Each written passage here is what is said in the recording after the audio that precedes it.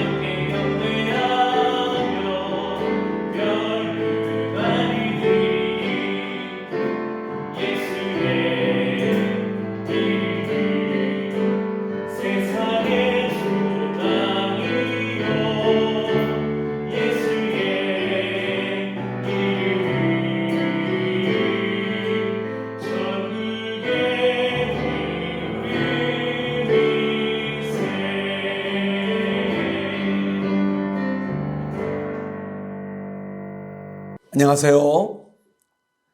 기적의 40일 5주차 순종에 대한 말씀을 우리가 함께 나누고 있습니다. 사실 이 말씀을 진행을 하면서 중국에 선교를 갔을 때의 이야기가 생각이 나요.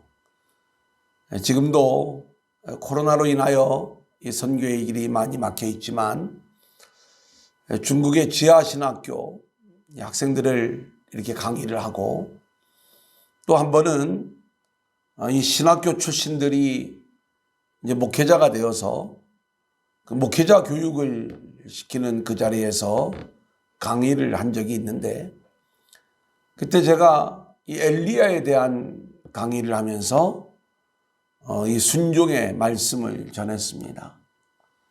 우리가 지난 시간에는 환경에 대한 순종을 말씀을 드렸고 이번 시간 주제는 사람에 대한 순종을 이야기하는데 이때 중국에서도 제가 이 내용을 가지고 하나님이 우리를 보내시는 환경은 그렇게 만만한 환경이 아니다.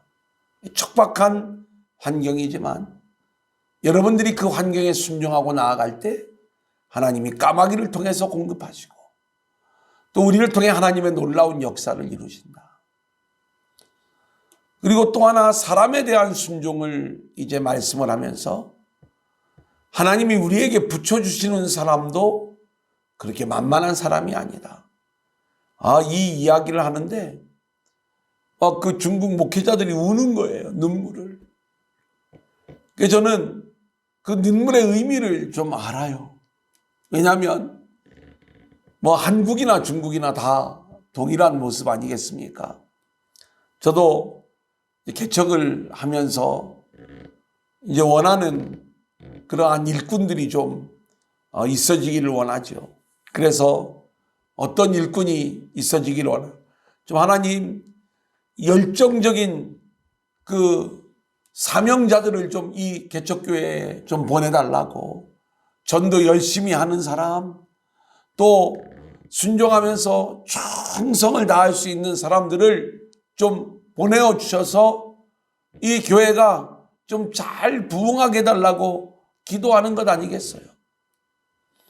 하지만 현실은 어때요? 물론 뭐 제가 이렇게 이야기를 하면 혹시 이제 개척교회 때 우리 교회를 이렇게 오셔서 지금까지 나오시는 분이 계신데 다 그렇다는 건 아니지만, 이제 대부분 개척교회를 오는 분들의 그 상황을 보면 상처받은 분들이 많아요. 그럴 수 있죠. 이제 큰 교회에서 뭔가 마음의 상처를 받고 뭔가 위로받을 만한 곳들을 찾다 보니까 이렇게 작은 교회에 와서 목회자로부터 위로받고 치유받기를 원하는 마음. 그래 이제 그런 상처가 있는 분들을 이렇게 보면 마땅히 감당해야 될 사명이지만, 우리가 원하는 사람은 뭔가 이렇게 열심히 최선을 다해 사명감을 가지고 일할 수 있는 그런 사람을 하나님이 붙여주시면 얼마나 좋을까. 근데 이게 만만한 게 아니에요. 가정도 마찬가지 아닙니까? 하나님이 좋은 남편을, 좋은 자녀들을 붙여주시기를 원하고 또 그러리라고 믿는데, 때로는 우리가 어떤 때는 남편 때문에 고민하고 자녀들 때문에 힘들어하고, 이제 우리 애가 이렇게 맡고 있는 또 우리에게 붙여주신 사람에 대하여 우리가 아멘으로 쉽게 순종하는 게 참 어렵구나 하는 것을 느낄 수가 있는 거예요. 그러니까 오늘은 이제 어제 환경에 대한 순종에 이어서 사람에 대한 순종의 이야기, 이 엘리야의 이야기를 통해서 계속 이어나가도록 하겠습니다. 자, 17장 7절 말씀을 보면 땅에 비가 내리지 아니하므로 얼마 후에 그 시내가 마르니라. 자, 여기 보니까 시내가 말라버렸어요. 아무리 이제는 까마귀가 떡과 고기를 물고 와도 물이 없으면 그리 시내가에서 살 수가 없는 거예요. 이때 우리가 알아야 될 것이 있습니다. 여러분, 코로나 상황이나 여러 가지 어려운 상황에서 사업이 무너지지 않기를 기도하잖아요. 하나님, 이거 무너지면 나 죽습니다. 제발 무너지지 않게 해주세요. 그런데 때로는 하나님이 무너뜨릴 수 있어요. 이 시냇물이 마르면 안 됩니다. 하나님, 시냇물이 마르지 않게 해주세요. 근데 시내가 말라버리는 거예요. 망할 수가 있어요. 하지만 이때 우리가 알아야 될 것이 있습니다. 그렇게 망하는 것은 하나님이 우리의 방향을 바꾸시는 거예요. 두려워할 것 없어요. 하나님을 신뢰하고 나아가면 하나님께서 아하, 내 인생의 방향을 바꾸시는구나. 그래 지금 이 그리시네가에 있던 엘리야의 인생을 이제 하나님이 엘리야의 방향을 바꾸는데 이번에는 사르밧으로 보내시는 겁니다. 거기에 과부에게 명령하여 내게 음식을 주게 하였느니라. 전에는 그리시네가에 있던 이 엘리야를 사르밧으로 보내시는 하나님의 방향의 전환인 거예요. 그리고 여기에서 한 사람을 하나님이 붙여주시는데, 하나님이 이미 한 과부에게 명령하여 너의 음식을 공개하도록 그렇게 내가 조치를 취해놨으니까 사르밧으로 가라, 이렇게 말씀을 하는 거예요. 여러분, 하지만 우리가 알아야 될 것이 있습니다. 이 사르밧으로 가는 게 이게 쉬운 일이 아니에요. 이 사르밧은 시돈에 속한 사르밧이에요. 이 시돈은 아까 왕이 엣바알이라고 했죠. 바알을 섬기는 나라예요. 그리고 이세벨의 고향이에요. 그렇다면 이 바알을 섬기는 이세벨의 나라는 적의 나라예요. 적군. 그죠? 적의 심장부와도 같은 곳에 지금 엘리야를 하나님이 보내시는 거예요. 그러니까 환경도 척박한데 거기서 하나님이 한 과부를 만나게 하세요. 하나님이 붙여주시는 이 사람. 자, 이 사람을 하나님께서 이제 엘리야 도우미로 세우셨다는 것인데, 자, 한번 그 내용 읽어보겠습니다. 그가 일어나 사르밧으로 가서 성문에 이를 때에 한 과부가 그곳에서 나무가지를 줍는지라. 이에 불러 이르되 청하건대 그릇에 물을 조금 가져다가 내게 마시게 하라. 그가 가지러 갈 때에 엘리야가 그를 불러 청하건대 내 손에 떡 한 조각을 내게로 가져오라. 자, 물을 좀 달라고 하고 떡을 달라고 하는 이 엘리야의 요청을 볼 수가 있죠. 실제로 먼 길을 왔기 때문에 목도 마르고 배도 고팠을 거예요. 그래서 하나님이 이 과부를 통해서 먹여주신다고 했으니까 떡을 가져오라고 하면 당연히 가져올 줄 알았어요. 자, 그런데 12절 말씀을 보세요. 이제 어떤 이 과부가 대답을 하는지, 이 과부의 대답을 보니까 그가 이르되 당신의 하나님 여호와께서 살아계심을 두고 맹세하노니 나는 떡이 없고. 아니, 지금 엘리야에게 붙여준 사람이 엘리야를 먹여 살리려면, 진정한 도우미가 되려면 떡이 많은 사람을 붙여줘야 되는 것 아니에요. 근데 이 과부가 나는 떡이 없고 다만 통에 가루 한 움큼과 병에 기름 조금뿐이라. 이게 보니까 아주 약간의 가루와 약간의 기름만 있어서 이제 이것으로 마지막 음식을 만들어 먹고 죽을 수밖에 없는 이 찢어지게 가난한 과부의 모습을 이야기해 주는 거예요.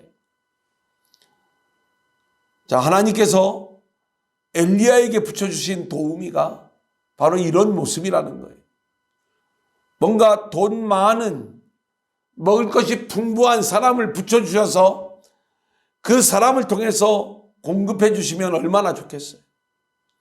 교회도 그럴 수 있죠. 돈 많은 사람들이 많이 와서 헌금을 왕창왕창 하면 뭔가 교회가 좀 편해지겠다 이런 마음 드는 것 아니겠습니까? 근데 오히려 붙여주신 그 사람은 떡이 없어요. 이제 오히려 엘리야가 도움을 받기는커녕 도와줘야 될 정도로 찢어지게 가난한 과부의 모습이에요. 마지막 음식이 남았는데 그걸 먹고 아들과 함께 죽겠다는 거예요. 와, 저는요, 이 장면을 바라보면서 이 여인에게, 이 과부에게 하나님이 뭐라고 말씀을 하셨죠? 내가 너에게 엘리야를 보낼 텐데 엘리야가 오면 그 엘리야를 잘 섬겨라 이렇게 얘기를 했잖아요.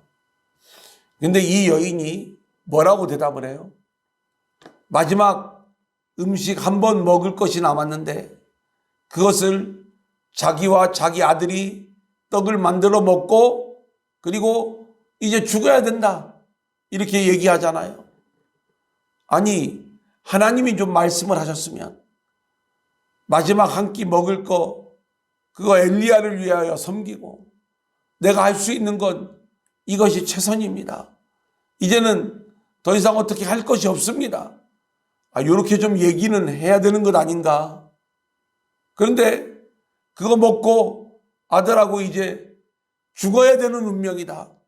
이 내용을 이야기하는 것으로 봤을 때 이 여인은, 이 사르밧 과부는요, 이게 물질만 없는 여인이 아니라 믿음도 없는 여인이었어요. 그러니까 얼마나 이 엘리야의 입장에서는 마음이 힘들었겠어요. 저는 이제 이 사르밧 과부가 뭐라고 했냐면 음식을 먹고 그 후에는 죽으리라. 자기와 아들을 위해서 음식 만들어 먹고 죽으리라. 근데 이제 우리가 오늘 말씀의 후반부에 우리가 이 내용을 다루겠지만 실제로 과부의 아들이 죽어요. 근데 이 죽음이요, 요 내용과도 연결이 되어져요. 왜냐하면 아들이 죽었을 때 이 여인이 자기의 죄를 깨닫거든요. 아, 하나님이 하나님의 사람을 붙여주셨고 그 하나님의 사람을 도우라고 말씀하셨음에도 불구하고 내가 이 사명을 감당하지 못했구나. 하나님이 이 아들을 데려가시는 거예요. 이제 그 내용은 우리가 잠시 뒤에 다루겠습니다. 어쨌든 물질도 없고 믿음이 없는 이 여인.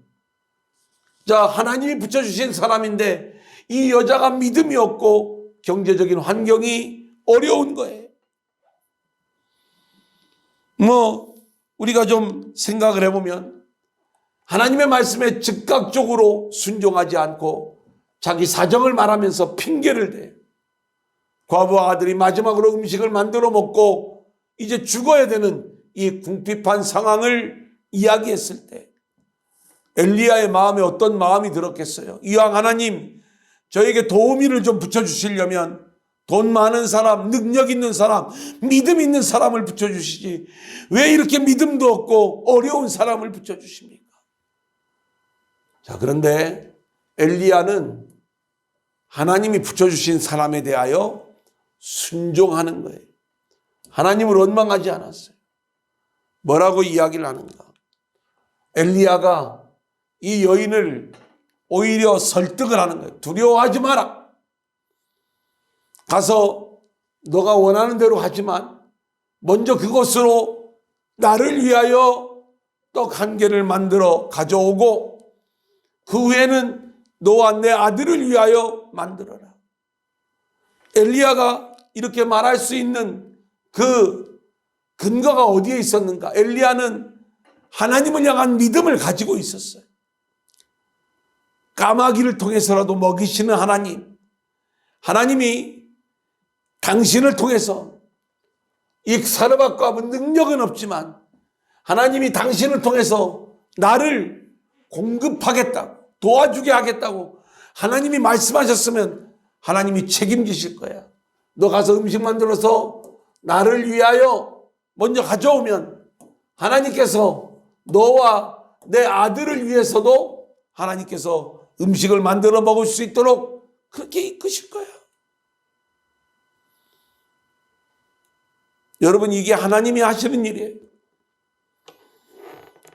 우리가 만나는 사람에 대해서 불만이 있어요. 내가 원하는 사람이 아니에요. 하지만 그분이 정확히 우리를 위하여 하나님이 붙여주신 사람이에요. 엘리야는 우리가 눈으로 볼 적에는 가난하고 믿음이 없어 보이지만 하나님이 말씀하셨다면 염려하지 말고 네가 원하는 대로 하되 먼저 나를 위하여 음식을 만들어 오고 그러면 나머지는 너를 위해서도 하나님이 일하실 거야. 이 사람에 대한 순종. 우리가 볼 적에는 믿음이 없어 보이고 능력이 없어 보여도 우리가 믿음으로 그 영혼을 위해 기도하고 우리가 믿음으로 그 영혼을 이끌어가면 우리가 볼 적에는 지금은 아무런 힘이 없어 보이지만 궁극적으로 그 사람을 통해서 하나님이 우리를 먹이시는 이 놀라운 일들을 이루어 주실 줄로 믿습니다. 그러기에 하나님께서 우리에게 붙여주신 사람에게 순종할 수 있는 저와 여러분들이 될 수 있기를 소원합니다. 자, 그러면서 뭐라고 이야기를 하는가? 여호와가 비를 지면에 내리는 날까지 그 통의 가루가 떨어지지 아니하고 그 병의 기름이 없어지지 아니하리라. 하나님이 너를 통해서 나를 도와주게 한다고 말씀을 하셨으니까 이 하늘의 일들을 이루실 거야. 자, 우리가 이 장면도 생각해 봐야 돼. 이 통에 가루가 이만큼 있고 이게 가루예요. 이 기름이에요. 비를 지면에 다시 내리는 날까지 하나님이 이 부분을 마르지 않도록 떨어지지 않도록 책임져 주시겠다는 거예요. 이것도 우리가 알아야 될 것이 있어요. 하나님이 리필을 시켜주신다는 이야기인데 우리는 이 리필을 가득 리필 시켜주는 하나님을 기대하고 있지만 사실 까마귀를 통해서 먹을 것을 공급할 적에도 한 끼씩 먹을 것을 공급해 주셨던 것처럼 하나님은 통에 가루와 기름이 떨어지지 않도록 한 번에 하루 먹을 정도, 한 끼 먹을 정도의 양만 하나님이 리필 시켜주셨을 것이다. 물론 이건 묵상입니다. 왜 그러세요? 지금 이 음식을 공급하고 있는 분이 하나님이심을 알게 하기 위하여 하나님이 그렇게 진행하시는 거예요.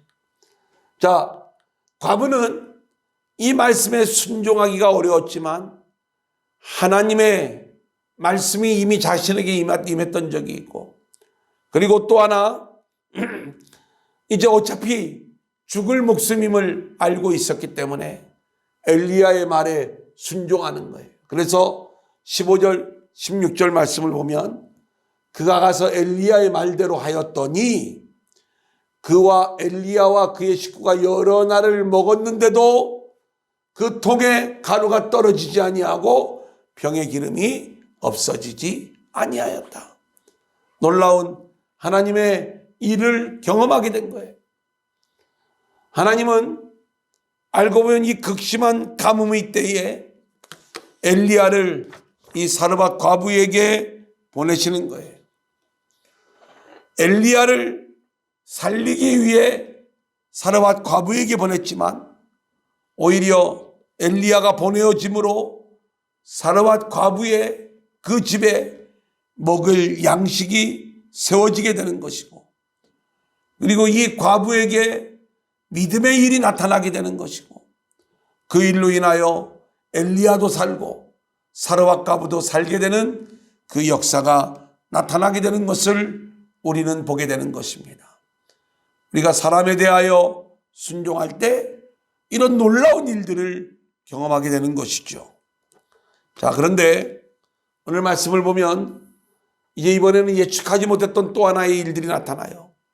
17절 말씀해 보니까 이 일 후에 그 집주인 되는 여인의 아들이 병들어 증세가 심히 위중하다가 숨이 끊어진지라. 자, 이 여인의 아들이 죽는 문제가 발생을 합니다. 자, 그러자 과부가 원망하는 거예요. 누구를 원망하냐? 엘리야를 원망하는 거예요. 하나님의 사람이요, 당신이 나와 더불어 무슨 상관이 있기로 내 죄를 생각나게 하고 또 내 아들을 죽게 하려고 내게 오셨나이까? 이렇게 엘리야를 원망하는 거예요. 자, 이 과부의 문제는요,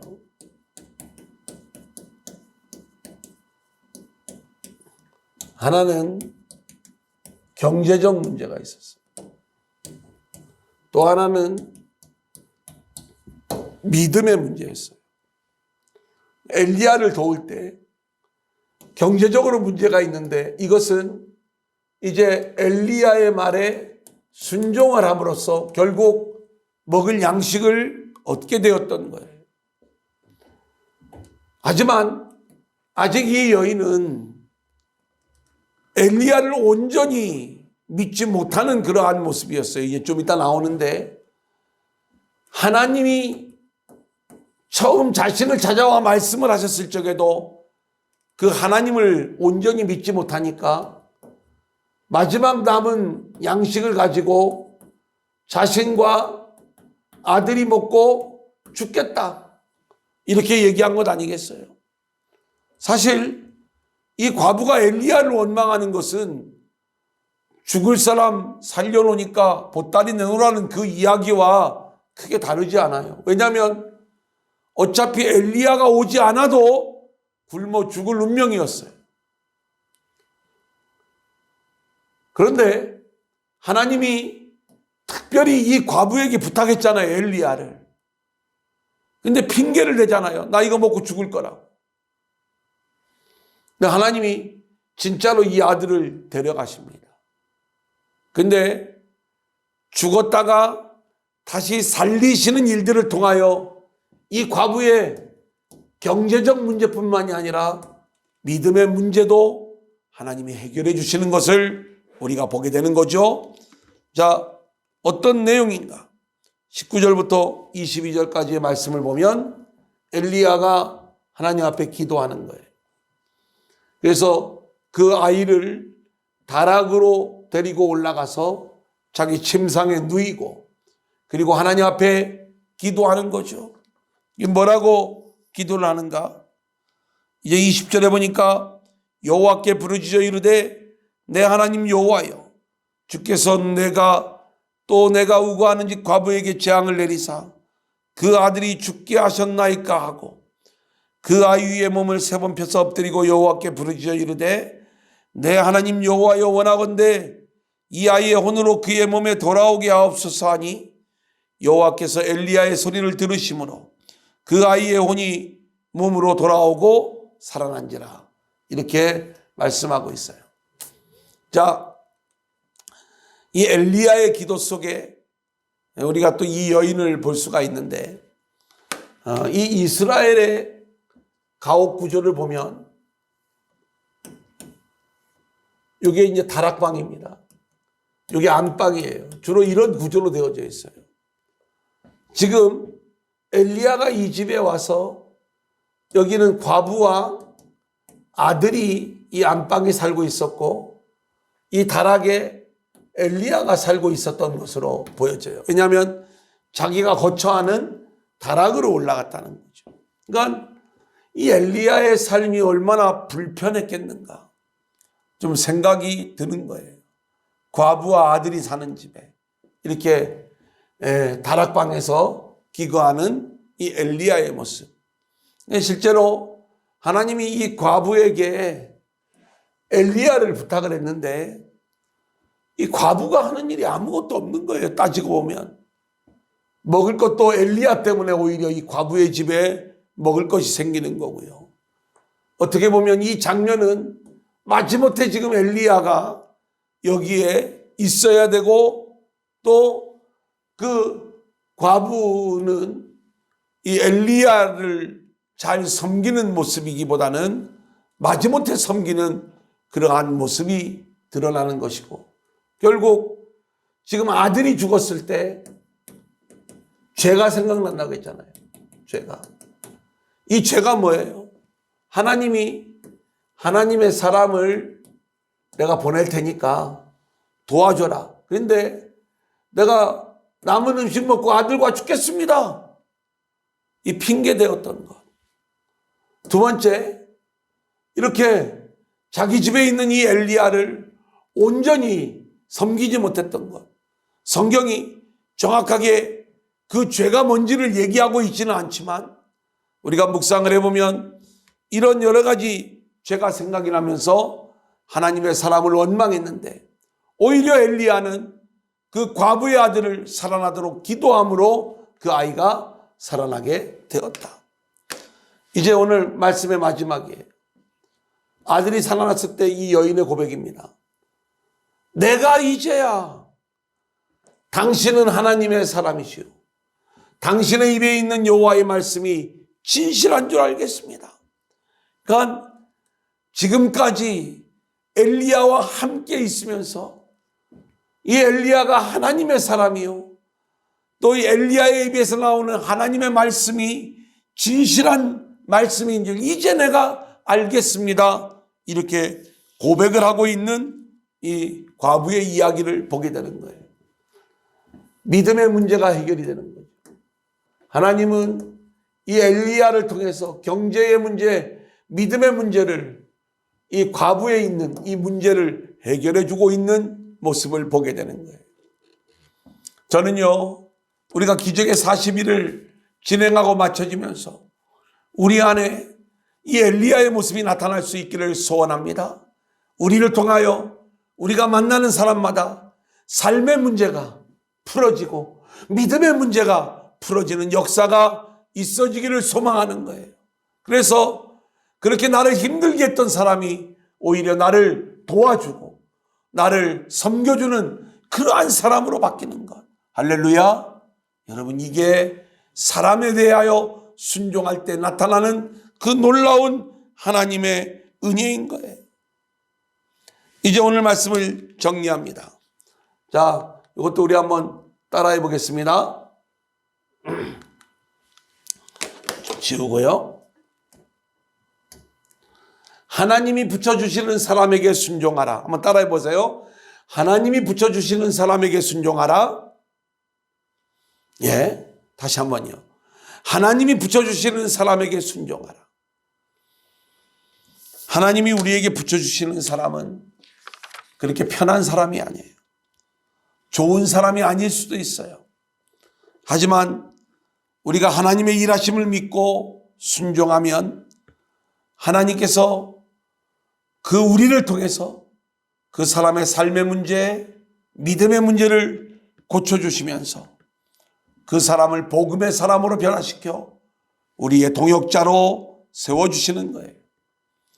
이번 기적의 40일에 저와 여러분으로 인하여 만나는 사람들마다 생명들이 살아나는 역사가 나타날 수 있기를 소망하고요. 우리에게 붙여주신 사람들이 이렇게 삶으로 또 믿음으로 회복되어 하나님의 말씀을 붙잡고 존귀한 사명자로 세워지는 그 역사가 나타날 수 있기를 주님의 이름으로 간절히 축원합니다. 감사합니다. 이 시간 찬송가 268장 죄에서 자유를 얻게 함을 우리 함께 찬양하시겠습니다. 찬송가 268장입니다.